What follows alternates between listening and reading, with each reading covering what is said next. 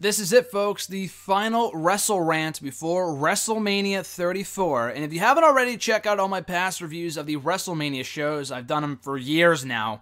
I took on the tough task of reviewing every WrestleMania ever between 2015 and I think 2016 as well. So be sure to check those out right here on the channel. I do have a playlist on the channel of all the WrestleRant editions, but every WrestleRant edition for the WWE pay-per-view reviews in order. If you want to check those out, from the first ever WrestleMania in 1985 to WrestleMania 32 last year. And this one will soon be added as well. Not only the WrestleManias, it's every pay-per-view ever in order, in chronological order, but the Manias are included as well. So if you want my thoughts on any past WrestleMania, from 1 to 32, they're all right up here on the channel on WrestleRant. But today, we're talking WrestleMania 33. And I've been looking forward to rewatching the show and talking about it because, as many of you probably know, I was there. My first ever WrestleMania, and it was an amazing experience. The show itself, watching from home, I can't really relate to that, but being there, it's probably my favorite. First ever, the best show I've ever been to in person. Second of all, maybe my new favorite pay-per-view on the whole, even more so than Money in the Bank, just because the entire atmosphere, being there for fucking WrestleMania, let alone the stuff that happened on the show, was unbelievable. But anyway, we'll talk about the show match by match here. I did watch the kickoff show back as well, so we'll talk about that real briefly. I don't really go too much into depth with the kickoff show matches because they are separate from the actual show, but I will mention them real briefly here. So on the kickoff show, we had for the Cruiserweight Championship, Neville versus Austin Aries. You got to go out of your way to watch the match. I thought it was a great match. In my opinion, the best of the bunch. They had two more after this at Payback and at Extreme Rules. Both were very good matches. I thought this one was the best of the three, in my opinion. They had some decent time, went about 15 minutes. I was pretty pissed they got bumped from the actual card. But the crowd was still very much into it, despite the whole crowd not being there at that point. I got there literally as the entrances ended. I mean, I got to the arena well before that, but by the time we got our tickets checked in, we had to find our seats and all this other shit. We were all the way up. It took forever. The Camping World Stadium Arena is fucking confusing as shit to find out where you're sitting because it's so run down, just not the best arena. But being there, sitting in the arena is great. Awesome view. But getting to your seats was a fucking nightmare. So I missed the entrances, but I got there just in time as the match started. Great match. Rewatching it back, I've watched it back a few times by this point, last year and now recently for this. They worked very well together. Aries had a great showing, looked good in defeat. Neville had just won the championship, so it was smart to keep the belt on him. And Neville retained the title, so again, awesome match here. The Andre the Giant Memorial Battle Royal, 33-man Battle Royal. It was what it was. It was your typical fucking Battle Royal with the same names you see in there every single year. You had a Killian Dane return or debut in there, which was kind of cool. He lasted until the very end. But beyond that, it was your typical Battle Royal. To see Braun Strowman and the Usos a part of this thing was criminal. The Usos, by that point, had not yet had a WrestleMania match on the main card. And they were the fucking SmackDown Tag Team Champions at that point, like they are currently. Yet they weren't on the card. Stupid. The only champions, I think, to not defend their belts on this show. So stupid. Anyway, it was a battle royal. It was fine. In the end, Mojo Rawley lastly eliminating Jinder Mahal to win the whole thing. Now, Mojo Rawley was kind of a surprise pick, but the only reason he won was obviously because of Gronk. He was there. He helped Mojo win. Got a lot of buzz from ESPN, but that was it. Mojo's push went down the fucking toilet after that, so who really cared? And Jinder, I was like, why the hell is he the last one in here and not like a Braun Strowman or someone like that? It's because he went on to become the WWE Champion soon after. About a month and a half later, he went to SmackDown, won the belt. So he didn't win the thing, but you can kind of see the writing was on the wall for a push for Jinder at that point. Anyway, for the Intercontinental Championship, also on the kickoff show, it was Dean Ambrose defending against Baron Corbin. So the SmackDown Women's title match, which happened much later on in the show, was supposed to happen on the kickoff show. People got all up in arms. How could you do this? How could the women make the kickoff show? It's like, people. The match was not that good to begin with. The SmackDown Women's title match, it was never really that good anyway. Second of all, the build kind of sort of sucked. It was your typical multi-women match. And third of all, you already had two other women's matches on the show. it wasn't imperative that the SmackDown Women's Championship match made the main card. It really was not that necessary. But because people fucking went into a tizzy and they complained and whined and bitched, they moved it to the main card. You know what? That's cool. Naomi got her moment, but still. Maybe because they wanted Naomi's glow-in-the-dark entrance at night and not during the day. Maybe that's what it was. But still, to put it, for people to complain about it not being in the main card was ridiculous. Because we already had the Raw Women's title match and the mixed tag team match with Cena and Nikki against Miz and Maurice.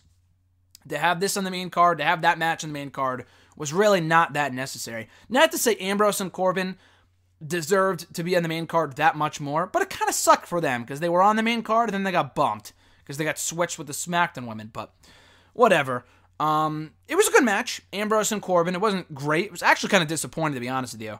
The rematch on SmackDown a few days after, I think it was like a no DQ match or something like that.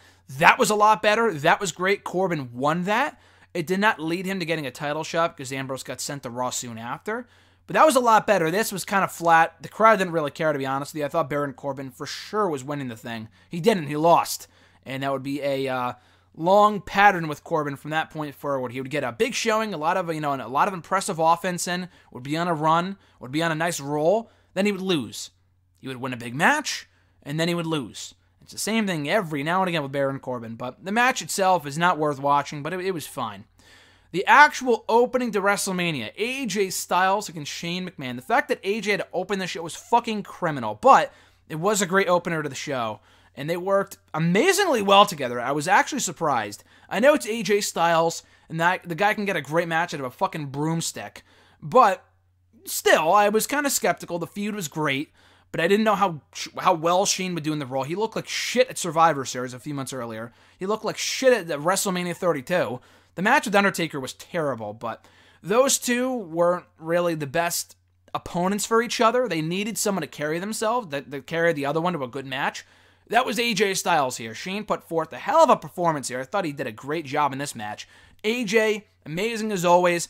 There were honestly a few points I thought Shane would win, and that was what really helped the match. Doing the 450, the elbow through the table on the side, all this other shit. He had a real good showing here, and I thought he held his own. AJ carried him to a great match.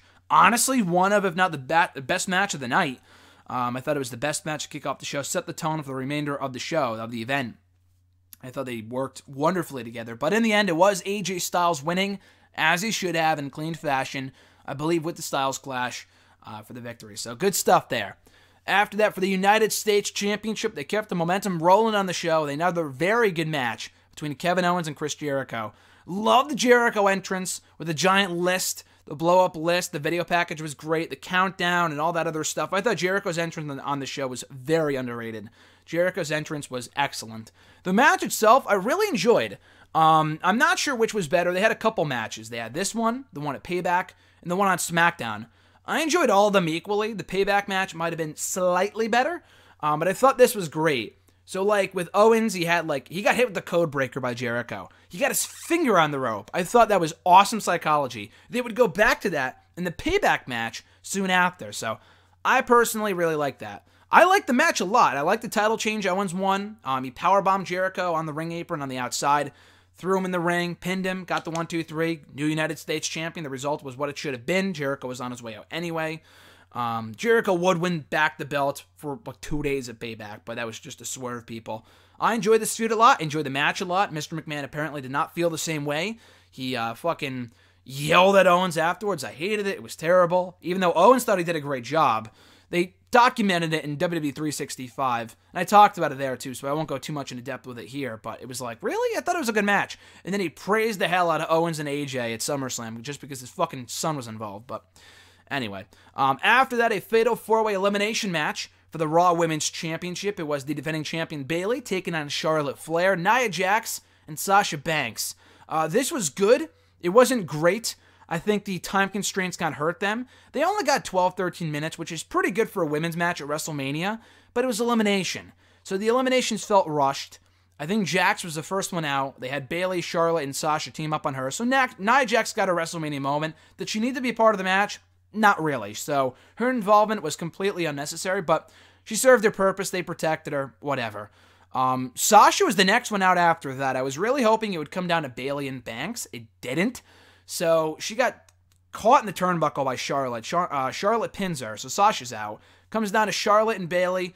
I honestly thought there was a decent chance Charlotte would regain the gold because it's WrestleMania and it's fucking Charlotte Flair. Why wouldn't she? But no, she lost. Bayley won with the flying elbow. I don't know if people actually bought into that as the finish, but I thought it was a nice finish. I thought it was a real good match. Not as good as it could have been, but with 13 matches on the card or just 10 on the main card, there was only so much time they were going to get on a 4 or 5 hour show. But, still, I thought it was good for what it was. And the result was what it should have been as well. Bayley getting her WrestleMania moment, retaining the title. It would have meant more if she won the belt on the show, but nonetheless. Another fatal 4-way match after that, this time for the Raw Tag Team titles. So it was originally supposed to be a triple threat tag team title match, a ladder tag team title match. It was supposed to be the defending champions, Luke Gallows and Carl Anderson, taking on Cesaro and Sheamus, and Enzo Amore and Big Cass. So this, to me, was the moment of the night. Like, it's not even close. The whole show was good, but this moment was the best part of not only the night, not only the fucking weekend, but the entire year. Probably the greatest moment I've ever seen live, and that's saying a lot.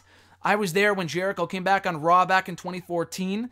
I was there when Samoa Joe won the NXT Championship at an NXT house show in early 2016. I was there when Ronda Rousey debuted at the Rumble a few months ago. I've been there for a lot of cool moments. This trumped them all. Easily. Like, it's not even close. Rey Mysterio coming back in the Rumble was another amazing moment I witnessed live. This trumped everything. So, the New Day comes out, and I forgot to mention the New Day. They actually kicked off the show, doing a promo about, welcoming people to WrestleMania. It was well done. It was fine. Served its purpose, whatever. The New Day were on the show enough, but they weren't, on it too much, which I liked. They were not overexposed. They had like 3 segments between the opening segment, this right here, and they came out like on the stage a little later on to announce the attendance for the show. That was it. So I liked that. So anyway, they come out here in their gear, and they say, this has now been changed to a fatal 4-way match. People are, getting amped up at this point. Like, is it going to be them? Is it going to be who we think it is? Is it going to be who we want it to be? Like, the anticipation is unfucking real in the arena. People are just on the tip of their toes here waiting for what they're going to say or waiting for someone's music to hit. Because they're all going out like, who's it going to be? And they're just going all out, strongly indicating it's going to be them, which I half expected because they were on the show, but they weren't wrestling. So I was like, maybe they'll be added to the tag team title match. It is a ladder match after all, but that could also signal something else.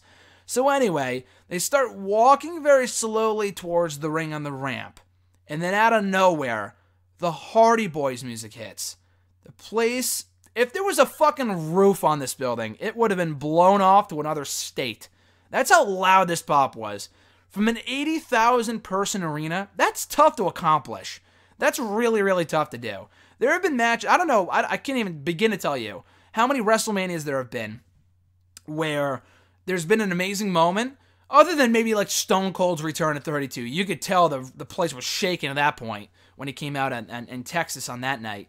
But other than that, there's been a lot of like big, huge arenas where something amazing happens and the entire crowd goes nuts, but you can't really feel it because there's so many people and it would have a much bigger impact on like a smaller arena. That was not the case here. Place went nuts. The return has been the pinned tweet on my Twitter now for fucking a year since it happened. Almost exactly a year ago yesterday.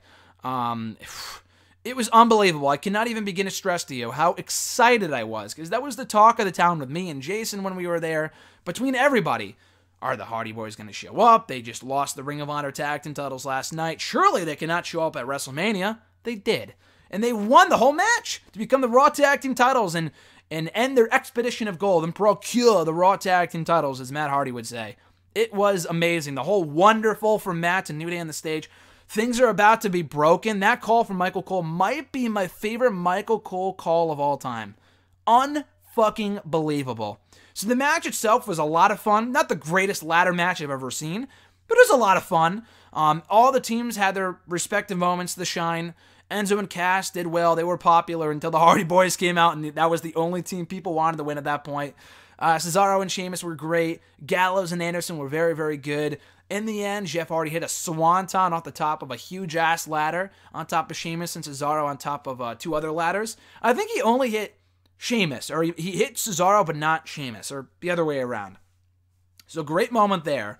Jeff Hardy goes down. Everyone's down. Matt Hardy takes down the Raw Tag Team titles. Again, the place explodes. We get fireworks. One of the all-time great WrestleMania moments. And like I said, the greatest moment I've ever witnessed live. I wanted nothing more that weekend than to see the Hardy Boys back. Love the Hardys. Love Jeff. Love Matt even more. Big fan of the Broken Woken stuff. Now to see it in WWE is really, really cool. But just to be there for that, and I've been saying for years, the people I want to see back in WWE are Jeff Hardy and Matt Hardy, along with Kurt Angle, and we got him on the same show. Again, unfucking real, just unfucking real. I apologize to keep swearing, but it's justified in this case because the moment was just out of this world. So awesome match there. That got the crowd real pumped up, but it wasn't over there. We got a mixed tag team match between John Cena and Nikki Bella taking on The Miz and Maurice. The build was awesome. No pun intended with The Miz being involved. The build was so good it was going to be hard for the match to top it. Nikki Bella, as we later learned, was hurt coming into the contest, which I was surprised they didn't scrap it, now learning what the condition that she had with her neck. And thankfully they didn't. They got a cool moment out of it with Nikki being there and The Miz and Maurice being able to team up for the first and only time ever as of now. But I thought this was real cool. The match itself, it was good. It was fine. It was basically a TV match, to be honest with you. Cena and Miz did most of the work. The crowd loved Miz. The crowd went nuts for Miz. But it was a good match. It wasn't great. The build was a lot better, but that was to be expected. It's a fucking mixed tag team match, so it is what it is. But I enjoyed it. It was good. Cena and Nikki won, and then afterwards Cena proposed to Nikki, which, again, we all kind of expected to happen. But it was a real cool moment. People were saying no and all this other stuff. It was hilarious, but it was a cool moment. Glad to have been there for it. An non-sanctioned match, between Seth Rollins and Triple H. And it had the stipulation it needed. Because as a regular match, I'm sure it would have been good, if not very good. I think the no-holds-barred stipulation helped this a lot. Now, the only knock I have against this match, it was by no means the match of the night, an amazing match. It was really good. I thought it was a great match. It has mixed reviews from people, from what I've seen over the last year. Just because I think they spent a little too much time on certain things. First of all, it went way longer than it should have. It went 25 minutes, which I think was the longest match in the entire show. It did not need to go 25 minutes. It was way, way too long. That being said, I think they spent a little too much time on Triple H working over the knee of Seth Rollins, which, I know that was a story they were telling. Is he medically cleared? Is he 100%? Blah, blah, blah.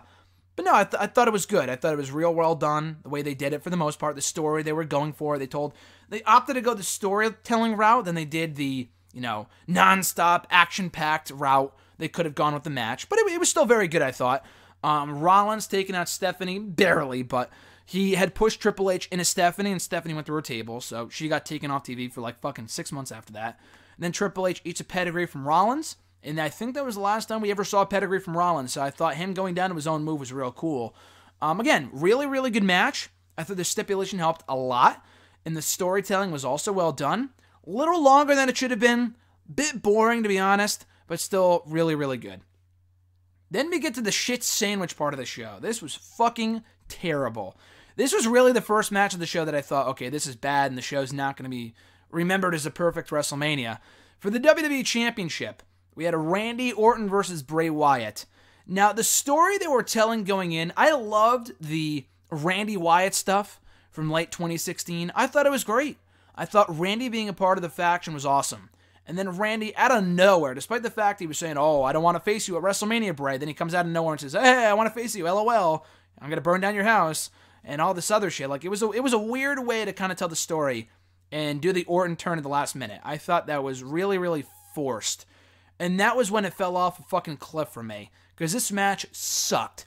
And I knew it would suck. I mean, the story was better this time around, but they had a match a few months earlier, No Mercy, and it was fucking terrible. It was so boring that I could not even fathom why they put it on last. Thank God this was not the main event, despite Orton winning the Royal Rumble, and it's supposed to be the final match in the card. Well, whatever. Sorry, dude, but the match was terrible. The graphics were cool, But it's like, as a match, this was such shit. Why would you do this at WrestleMania? Why would you hold this awful, awful outing at WrestleMania? That was my question coming out of this. It did nobody any favors at all. Orton won back the belt in predictable fashion, as we all know he would have. You should have just done this on the fucking undercard. Orton and Wyatt as a regular match on the undercard. Give him a little stipperoo just to keep people happy. Would have been fine. But then they had to put the fucking title on the line. Honestly, AJ and Shane would have made way more sense as a title match than this did. Because this was a complete waste of time. Orton won. Wyatt looked like a loser again. A 10-minute WWE title match at WrestleMania. Give me a fucking break. One of the shortest matches on the entire show. Only barely beat out by Brock and Goldberg, which I understand that being short. And then the Cena and Nikki match, the mixed tag team match, was just a minute shorter than this. That's ridiculous. So I thought this was just terrible all the way around. The result, the match itself, it was beyond stupid. So, also, I just want to mention it now before I forget. We had the concert from Flo Rida and Pitbull singing the WrestleMania theme songs. I love that a lot. You know, honestly, I don't really care too much about the concerts at WrestleMania, other than maybe the one they did at WrestleMania 28, also with Flo Rida, singing the WrestleMania theme songs for that show. I like that. Beyond that, though, not a big WrestleMania concert guy, unless it's like a real good song. And WrestleMania 31 I thought was also well done, too. This was good. I enjoyed this being in the arena for it. I thought it was great. I thought the Green Light song was real catchy. I enjoyed it. Jason was sitting on his hands all the time, but hey, you know what? I loved it. Anyway, so we had Brock Lesnar versus Goldberg for the Universal Championship after that. It was a 5-minute match, but it was exactly what it needed to be, and I thought it was perfect. A perfect match. The first match disappointed me in that it was so short, and I thought they buried Brock and they made him look like shit. And he's the one that's going to be here and not Goldberg. But you know what? The way they did that match, and the fact that it was 90 seconds, benefited this match a lot. And I mean a lot. Because people thought this could end at any second. And it was only 5 minutes long, but it might as well have been 20. And I don't say that in a bad way. I felt like it was the perfect length. Because they went for their finishers, they hit their finishers, they went all out, they beat the shit out of each other. People were hanging on every single near fall. Very suspenseful. Very well done. The emotion was great. The intensity was there. I thought this was perfect. So Brock wins, beats Goldberg for the belt. We got a year-long title reign from Brock Lesnar out of it. And say what you will, but you know, whatever. I wouldn't have put the belt on Brock for a year, but that's just me. But yeah, no, I thought this was great. Honestly, one of the better matches of the show. I enjoyed this a lot. You would not think that for a 5-minute match, but it didn't go 10 minutes like the WrestleMania 20 match. Well, that was shit. This was way better. Way better. This was excellent. So I love this a lot. I honestly thought they would scrap the SmackDown Women's title match from the card. It was a 6-pack challenge for the belt. It was Alexa Bliss, Naomi, Carmella, Becky Lynch, Mickie James, and Natalya. So like I said, I thought they would scrap it because it happened so late in the show. It was basically 11 o'clock by this point. The company could not give two shits. They went like an hour and a half overtime. But they still did the match. They still held the title match. It was only got 5 minutes. It wasn't that good. It wasn't terrible. But it was kind of a clusterfuck. You had 6 women in there, 5 minutes. That's not nearly enough time, but it was what it was. Served its purpose. People went nuts for the Naomi win. Winning the belt in her native Orlando, I thought was real cool. It was a cool moment for her. Got a WrestleMania moment. She deserved it. Coming back from injury, making the show. I thought it was real good. But yeah, I enjoyed this. I thought it was really well done for what it was. But again, not nearly a great match for the 5 minutes it was given. They made the most of the time they had, but still, I did not think that this warranted being on the main card. I think it could have easily been done on the kickoff show, but you know what? We got the glow-in-the-dark Naomi entrance, and that was really all that mattered. So in the main event, they opted to put The Undertaker versus Roman Reigns on last. And now, from what we've seen in the last year, it bothers me this went on last. They also had the no-holds-barred stipulation, which I think they added at the last minute. Roman Reigns did not go heel. This really was not that good. I thought the storytelling at the time was good, and I still believe that to an extent in retrospect after watching it back.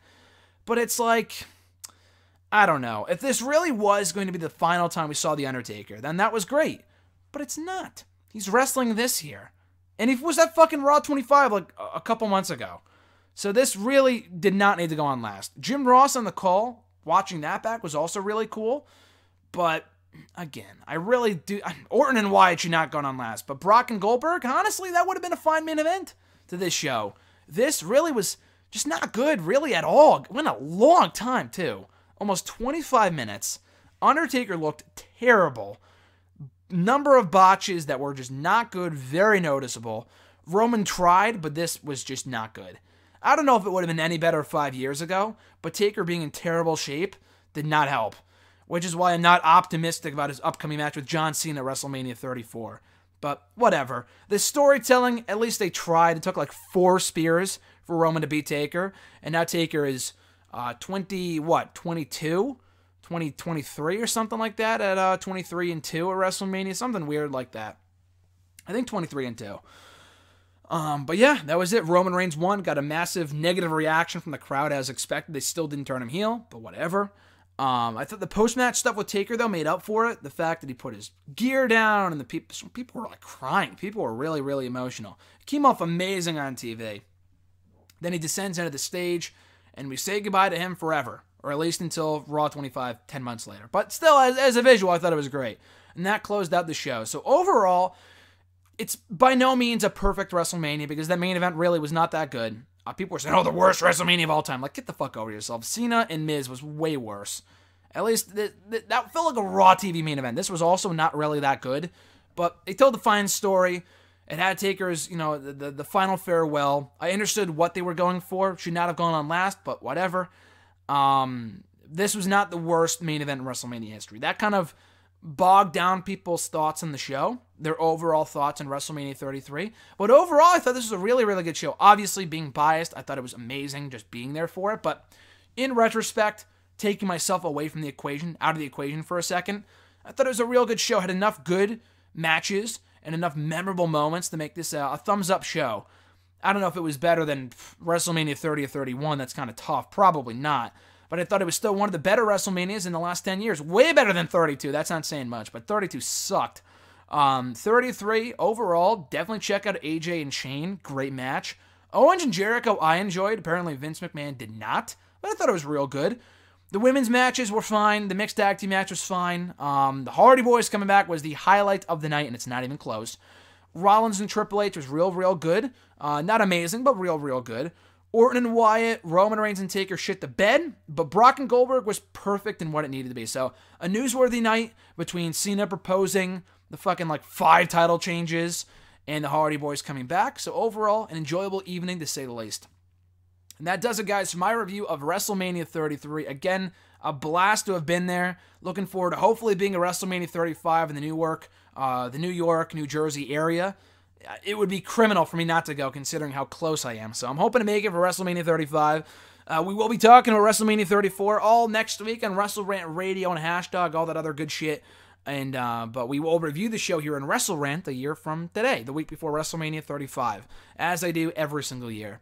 That being said, though, speaking of WrestleMania, I will have WrestleMania content up throughout the week. Hopefully doing a rundown of the card. We're talking predictions on WrestleRant Radio. Hopefully, maybe even a WrestleMania-themed random video blog, and all this other stuff coming up in the coming days. So stay tuned for that. Be sure to like this video, drop a comment, share the video, and subscribe to the channel for more daily content. Enjoy the rest of WrestleMania week, guys. I'm surely enjoying the hell out of it. Have an awesome rest of the weekend as well. I'm Graham G. Matthews, and I'll catch your ass down the road to WrestleMania.